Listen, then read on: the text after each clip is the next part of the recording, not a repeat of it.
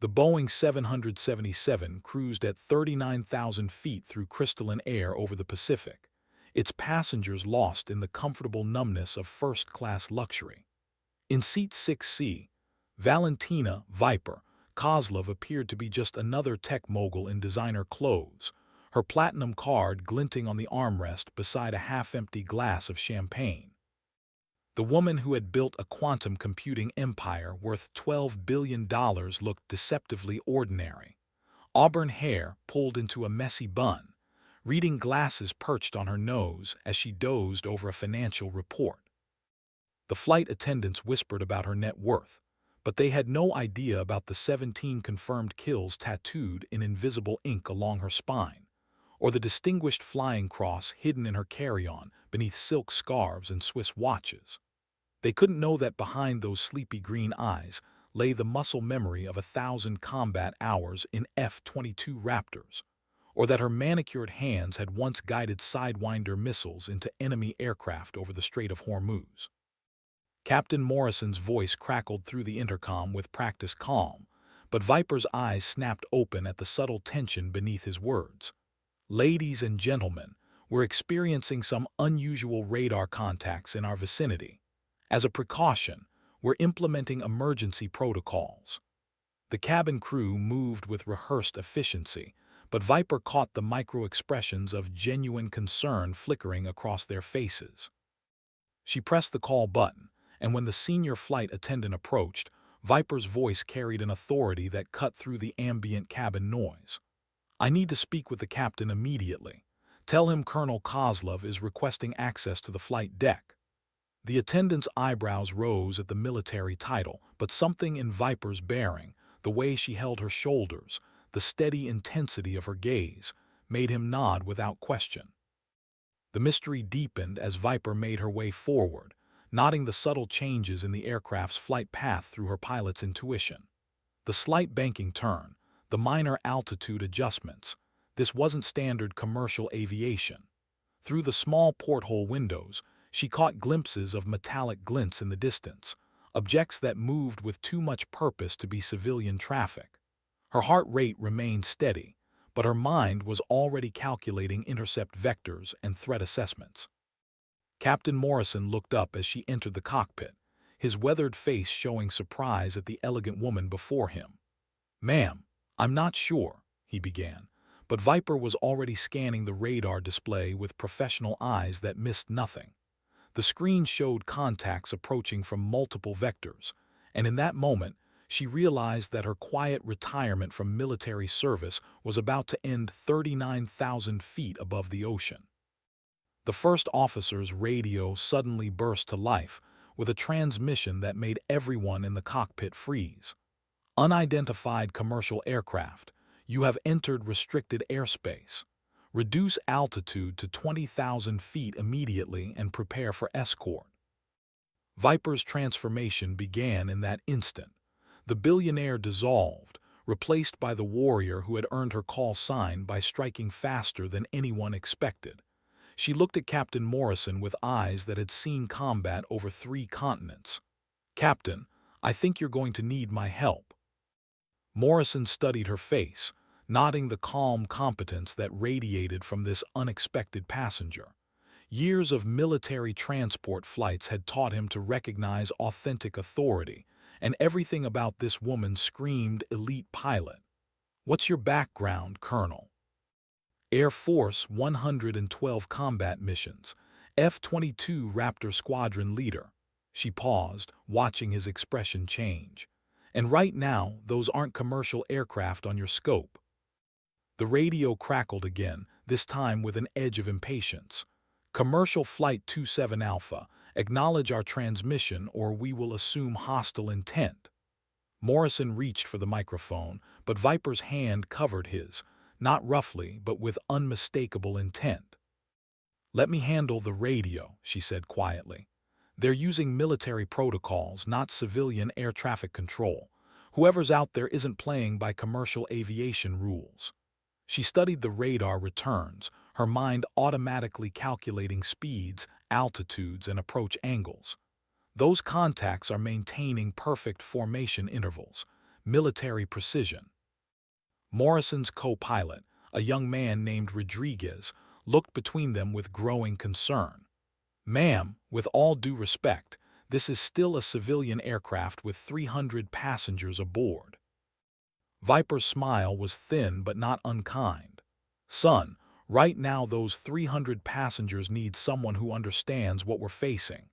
She adjusted the radio frequency with practiced efficiency. "And what we're facing isn't a routine intercept." The captain made his decision with the quick judgment that had kept him alive through 20 years of flying. "Colonel, what do you recommend?" "First, we need to understand what they want. These aren't standard interception procedures. They're hurting us somewhere specific." She keyed the microphone with the confident touch of someone who had spent years communicating in life-or-death situations. "Intercepting aircraft. This is civilian Flight 27 Alpha. We are a commercial passenger flight en route to Tokyo. Please state your intentions and authority." The response came back in clipped, professional tones. "Flight 27 Alpha, you are carrying priority cargo that belongs to us. Prepare for boarding and inspection upon landing at the designated coordinates. We are transmitting now." Morrison and Rodriguez exchanged worried glances, but Viper's expression had turned calculating. "They're not pirates or terrorists," she murmured, studying the tactical display. "This is a state-level operation, professional, coordinated with significant resources." She paused, her fingers drumming against the control panel. "The question is, what cargo are they talking about?" The mystery deepened when Rodriguez checked the manifest system. "Colonel, according to our records, we're not carrying any special cargo, just standard passenger luggage and some electronic shipments." Viper's eyes narrowed as pieces of a larger puzzle began forming in her mind. Check passenger manifests, cross-reference with any government watch lists or persons of interest. She turned to Morrison. "Captain, I need you to patch me into your airline's security network. If someone on this plane is the target, we need to know who and why." The aircraft shuddered slightly as they encountered wake turbulence from their escorts, a reminder that they were no longer flying alone through peaceful skies. Through the cockpit windows, the distinctive silhouettes of fighter aircraft became visible, maintaining perfect formation positions that spoke of elite pilot training. F-16 Fighting Falcons, Viper identified automatically, modified with extended fuel tanks for long-range operations. Whoever sent them has serious backing and significant reach. She studied their positioning with professional appreciation. "They've boxed us in classic intercept formation. No escape routes without engaging, and they know we won't risk passenger lives." Morrison's voice was steady, but tension showed in the tight grip on his yoke. "What are our options, Colonel?" Viper's answer was interrupted by a new voice on the radio, female, crisp with authority, speaking with the unmistakable accent of someone educated in Moscow's finest military academies. "Colonel Kozlov, this is Major Petrov of the Aerospace Defense Forces. We have been authorized to retrieve you for immediate reassignment." The silence in the cockpit stretched like a taut wire as the implications sank in. Rodriguez was the first to speak, his voice barely above a whisper. "They're here for you, Colonel." Viper felt the familiar weight of destiny settling on her shoulders, the same sensation she had experienced before every major operation in her military career. The comfortable fiction of retirement, of being just another successful entrepreneur, crumbled away like morning frost under harsh sunlight. "It appears my past has caught up with me at 39,000 feet. Morrison turned in his pilot seat to face her fully, his expression grim but resolute. "What does this mean for my passengers?" "It means," Viper said, her voice carrying the steel that had once commanded aerial battlefields, "that 300 innocent people are about to become pawns in a game much larger than commercial aviation." She studied the escort formation through the side window, counting aircraft and analyzing their capabilities. "But it also means they've made a crucial mistake." "What's that?" Rodriguez asked. Viper's smile was sharp as a blade, and for the first time, both commercial pilots glimpsed the warrior hidden beneath the billionaire facade. They assumed I would come quietly. The radio burst to life again, Major Petrov's voice carrying an undercurrent of impatience. "Colonel Kozlov, we have tracked your location and confirmed your presence aboard the aircraft. You have 30 minutes to convince the captain to divert to our designated coordinates. Refusal will result in escalated measures." Morrison looked at her with a mixture of respect and concern. "Colonel, I won't pretend to understand the politics involved here, but I have a responsibility to these passengers. What are my realistic options?" Viper moved to the pilot's station with fluid grace, her fingers dancing over controls she understood better than most people understood their own heartbeats. "Your realistic options, Captain, depend entirely on what you're willing to risk." She paused, studying the navigation display. "And what you're willing to trust me to deliver." The aircraft's intercom crackled as one of the flight attendants reported unusual passenger behavior. Several individuals in business class had begun making encrypted phone calls, their conversations hushed but urgent. Rodriguez monitored the cabin cameras, noting the subtle positioning of certain passengers who seemed more alert than typical travelers. "Captain," Viper said quietly, "I think we need to consider the possibility that this intercept was planned from the beginning. Too many coincidences, my presence on this specific flight, the precise timing, the professional nature of the escort." Her expression darkened. "Someone wanted me on this aircraft in this situation." Morrison's experience with military transport had taught him to recognize when simple situations became complex operations. "You're suggesting this is a setup?"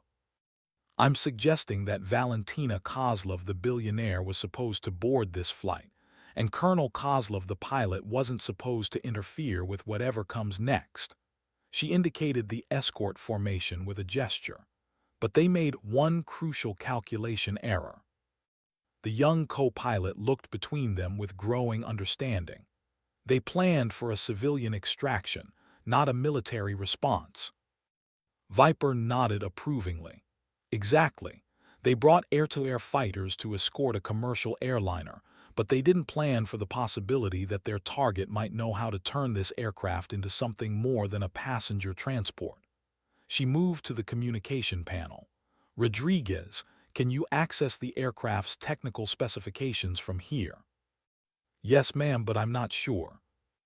"Trust me," Viper interrupted gently. "A Boeing 777 is a remarkable machine with capabilities most people never realize. In the right hands with the right knowledge, it becomes something entirely different." Morrison made a decision that would define the rest of the flight.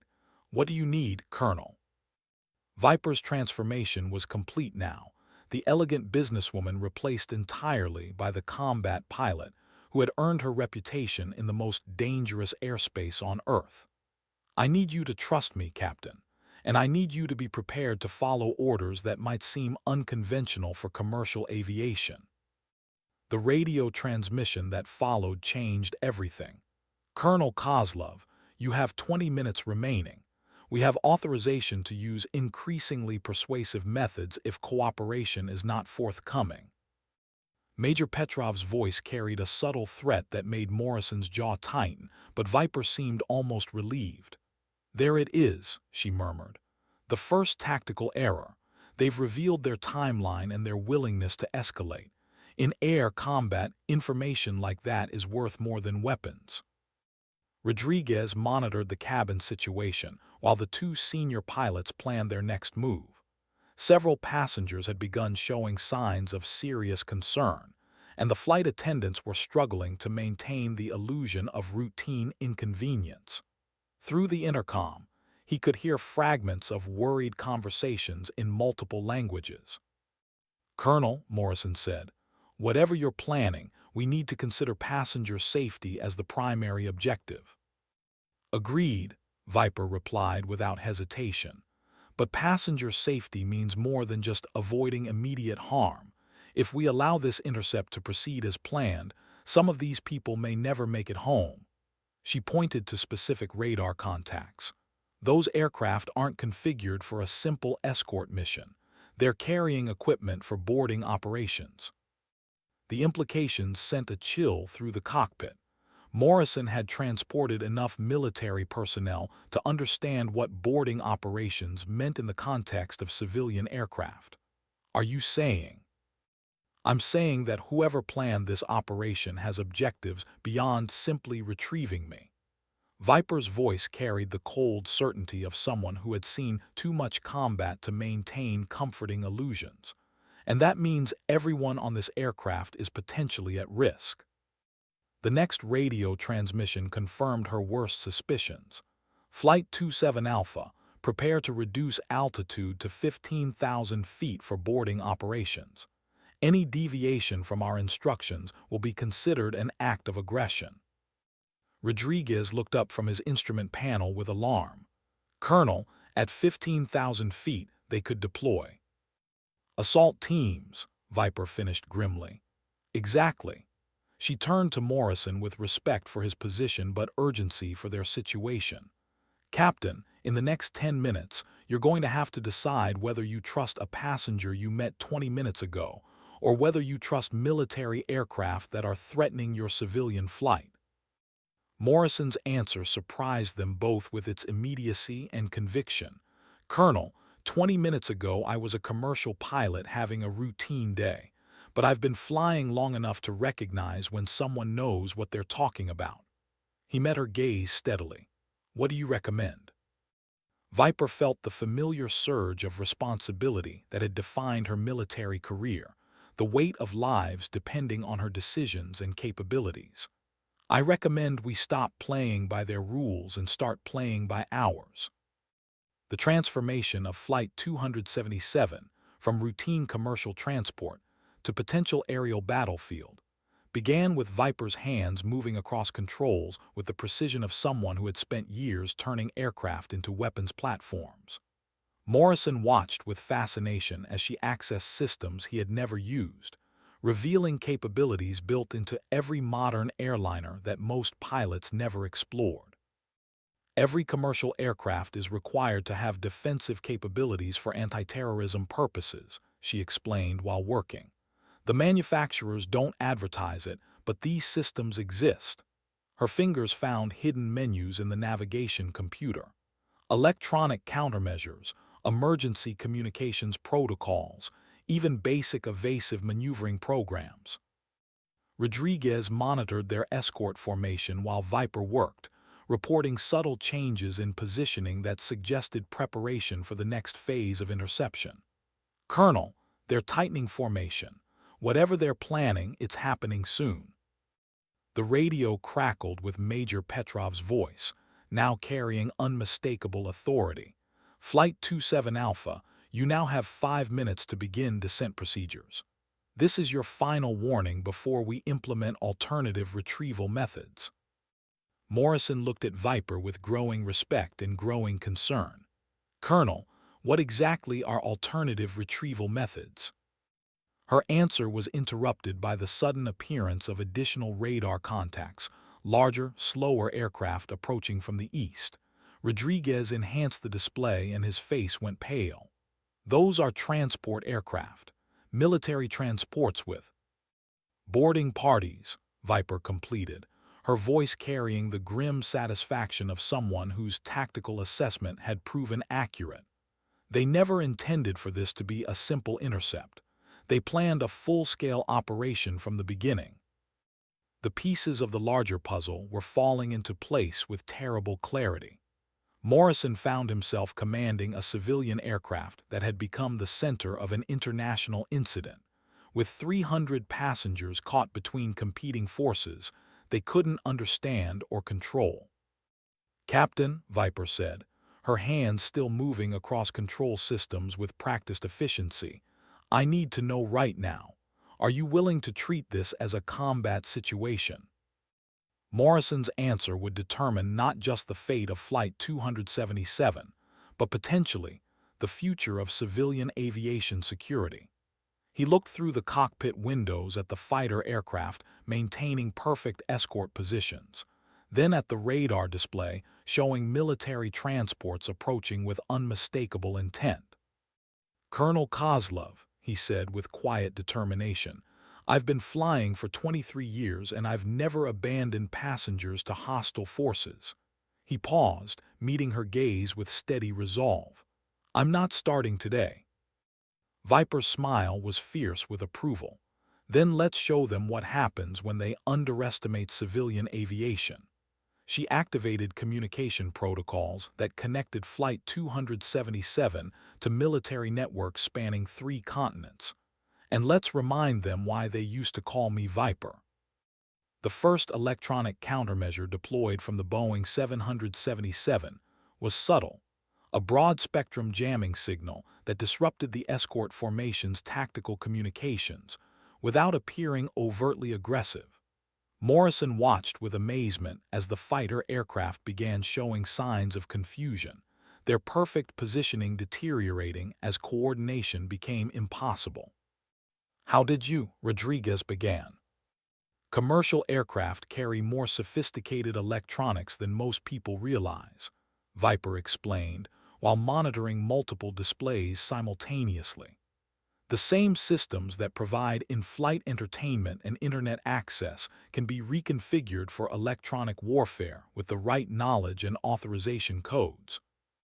Major Petrov's voice returned to the radio, but now it carried an edge of surprise.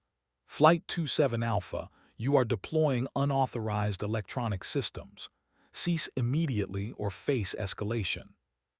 Viper keyed the microphone with the confidence of someone who had faced much more dangerous threats than intercepting fighters. "Major Petrov, this is Colonel Kozlov. Your operation has been compromised from the beginning, and your tactical assessment was fundamentally flawed." The silence that followed was filled with the tension of 2 military professionals recognizing they were facing an opponent they had underestimated. Morrison found himself witnessing an aerial chess match, where the stakes were measured in human lives. "Colonel Kozlov," came Petrov's response, "you are attempting to resist lawful military authority. Surrender yourself immediately and no passengers will be harmed." Viper's laugh was sharp as winter wind. "Major, if you had any intention of preserving passenger safety, you would never have authorized boarding operations against a civilian airliner." She paused, letting the implications sink in. "Your real orders have nothing to do with my extraction and everything to do with eliminating witnesses." The accusation hung in the air like a challenge, and Morrison realized he was listening to a conversation between warriors who understood each other's capabilities and limitations. Whatever game was being played at 39,000 feet, it had stakes far beyond the fate of a single commercial flight. Rodriguez reported new contacts appearing on radar, aircraft approaching from multiple directions with military precision. "Colonel, we're being surrounded. Whatever you're planning, we're running out of time and space." Viper's response was to activate systems that Morrison hadn't known existed on his own aircraft.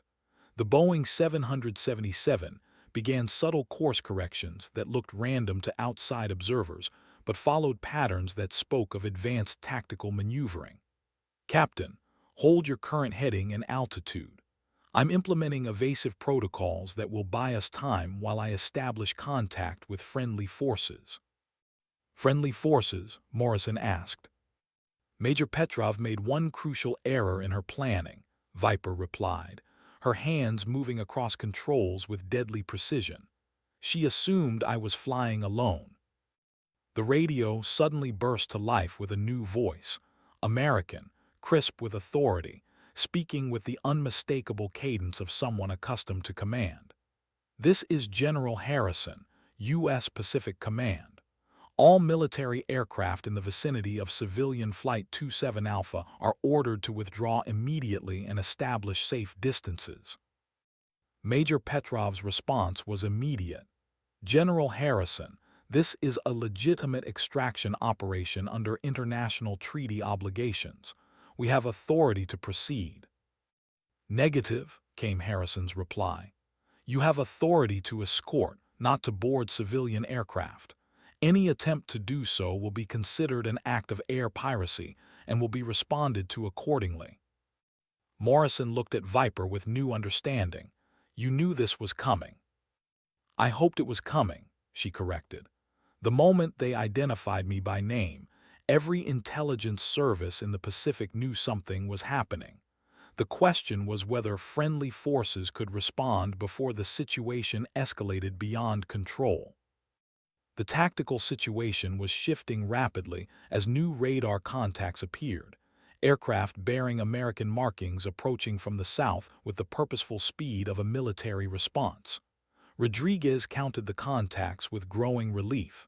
F-35 Lightning fighters, Colonel. Looks like we have company. Viper nodded with satisfaction. The cavalry has arrived. She keyed the radio with renewed confidence. General Harrison, this is Colonel Kozlov aboard the civilian flight. Request permission to coordinate defensive measures. Granted, Colonel. What's your assessment of the situation? Sir, this appears to be a complex operation targeting not just my extraction, but potentially the elimination of witnesses. Recommend treating as hostile action against civilian aviation. Morrison listened to the exchange with fascination and growing concern. His routine commercial flight had become the center of an international incident involving multiple air forces, and somehow his aircraft was now being defended by American fighters against foreign military forces. The next development changed everything. Rodriguez's radar display suddenly showed the military transport aircraft beginning rapid descent toward their position. Colonel, those transports are deploying something. Multiple contacts separating from the main aircraft. Viper's expression darkened as she interpreted the display. Assault teams, they're launching boarding operations whether we cooperate or not. She turned to Morrison with grim determination. Captain, we're officially under attack. I need you to authorize emergency combat maneuvering. Morrison felt the weight of decision settling on his shoulders. 300 passengers, civilian crew, international airspace, multiple military forces converging. And now he was being asked to turn his commercial airliner into a combatant in an aerial battle. Do it, he said without hesitation. Viper's transformation into combat mode was immediate and complete. Her hands moved across controls with the fluid precision of someone who had spent years turning aircraft into weapons, and the Boeing 777 began maneuvering like no commercial airliner had ever moved before. The first evasive maneuver sent the aircraft into a controlled spiral that would have been impossible without the advanced fly-by-wire systems that Viper was exploiting beyond their design parameters. Passengers throughout the cabin experienced forces they had never felt on a commercial flight, but the alternative, being boarded by hostile forces, was far worse. All passengers, this is your captain, Morrison announced over the intercom with admirable calm. We are experiencing severe turbulence and implementing emergency procedures. Remain seated with seat belts fastened and follow all crew instructions immediately. It was the understatement of the decade, but it served to maintain order while Viper continued her aerial chess match with forces that had underestimated her capabilities and determination. The Boeing 777 had become something unprecedented, a civilian airliner fighting for its life against military forces. The radio crackled with General Harrison's voice. Colonel Kozlov, American fighters are engaging the hostile transports. Maintain your current heading and prepare for escort to friendly airspace. Major Petrov's response was swift and desperate. Colonel Kozlov, surrender immediately or we will be forced to shoot down your aircraft to prevent intelligence compromise. The threat hung in the air like a death sentence, but Viper's laugh was cold as Arctic wind. Major, you just made your final tactical error. She activated emergency transponder codes that identified Flight 277 as an aircraft under attack by hostile forces.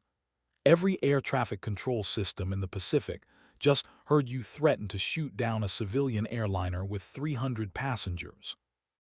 The implications were staggering. Rodriguez looked between the two senior pilots with growing understanding of the stakes involved. "Colonel, they wouldn't actually." "They absolutely would," Viper interrupted grimly, "which is why we're not going to give them the chance." The next phase of the aerial battle began with American F-35 fighters engaging the military transports that had been attempting to deploy assault teams. Morrison watched radar displays that showed aerial combat happening around his civilian aircraft, a situation that violated every principle of commercial aviation safety. But Viper was navigating the chaos with the skill that had earned her reputation as one of the most dangerous pilots in any air force. The Boeing 777 moved through the combat zone like a dancer avoiding deadly partners, its commercial flight profile disguising sophisticated evasive maneuvering that kept it clear of hostile aircraft while remaining within the protective envelope of friendly fighters. "Captain," she said without taking her eyes off the tactical display, "in approximately 3 minutes, we're going to be clear of hostile aircraft and under full military escort to a secure airfield." Morrison nodded, his respect for this unexpected passenger growing with every impossible maneuver she executed. "And then what happens?" Viper's smile was enigmatic. "Then we land, and I explained to some very important people why Colonel Kozlov came out of retirement without permission." She paused, monitoring radio chatter from the ongoing aerial battle, "and why civilians shouldn't be used as pawns in military operations." The final moments of the crisis came with surprising suddenness. Major Petrov's voice crackled through the radio one last time. "Colonel Kozlov, this operation is terminated. Withdrawing to international airspace." General Harrison's response was immediate. "Confirmed withdrawal of hostile forces. Flight 27 Alpha, you are now under military escort and cleared for landing at Kadena Air Base, Okinawa." Rodriguez looked at the radar display with relief and amazement. "It's over." "This part is over," Viper corrected, but her expression suggested that larger questions remained unanswered. "The real questions are just beginning." Morrison began the complex process of returning his aircraft to normal commercial operations while maintaining military escort procedures, a combination he had never expected to experience.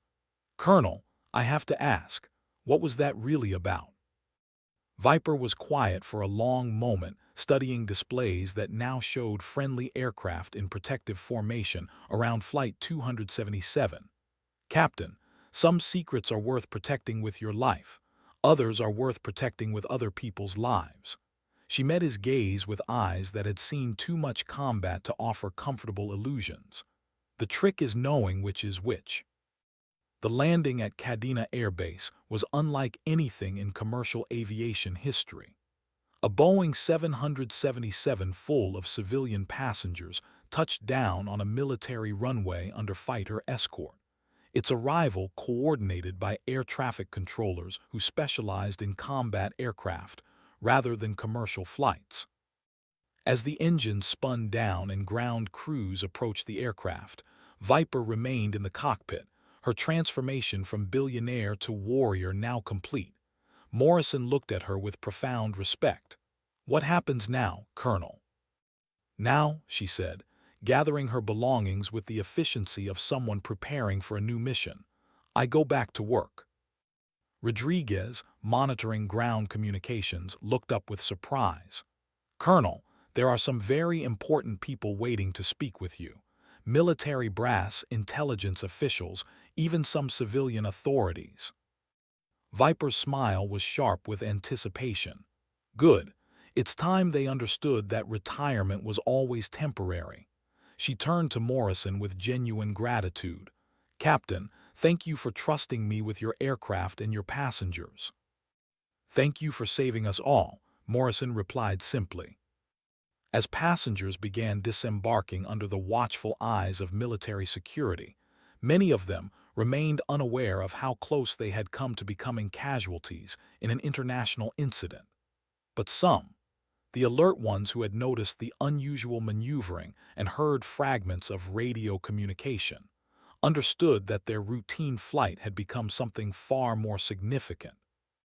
Viper stepped off Flight 277 and back into a world where her military expertise was needed more urgently than her business acumen. The comfortable fiction of retirement was over, replaced by the harsh reality that some skills were too valuable to leave unused. General Harrison met her at the bottom of the aircraft stairs, his expression mixing relief with serious concern. "Colonel Kozlov, we need to debrief immediately. This incident has raised questions at the highest levels of government." "I'm sure it has," Viper replied, her posture straightening into military bearing. "But the more important question is, who knew I was on that flight, and why did they think they could take me without consequences?" The mystery that had begun at 39,000 feet was far from solved. If anything, the successful defense of Flight 277 had revealed the existence of threats and capabilities that would reshape civilian aviation security for years to come. As military vehicles transported passengers to temporary housing while their situation was resolved, Morrison remained in the cockpit of his aircraft, staring at control systems that had revealed capabilities he never knew existed. Rodriguez sat beside him, both pilots trying to process what they had experienced. "Captain," Rodriguez said quietly, "do you think we'll ever fly a routine commercial flight again?" Morrison considered the question while watching Viper disappear into a secure building, surrounded by officials whose ranks and agencies suggested the incident's true significance. "Son, I think routine commercial flights just became a thing of the past." Outside, on the military airfield where civilian aircraft rarely landed, Flight 277 sat under armed guard, while investigators began the complex process of understanding how a billionaire's business trip had become an international incident. The aircraft's black boxes would tell part of the story, but the real answers lay with the woman who had transformed from passenger to pilot to warrior in the space of a few critical hours. Viper's legend was just beginning to spread through military and intelligence circles around the world.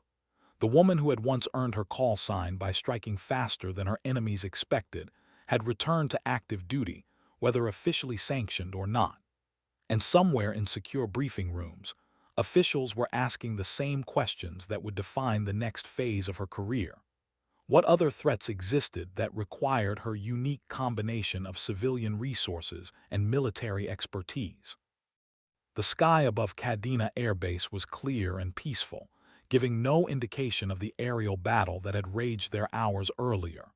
But for those who knew how to read the signs, the increased security, the unusual aircraft movements, the presence of personnel who rarely appeared in the same location, it was clear that something fundamental had changed in the world of aviation security.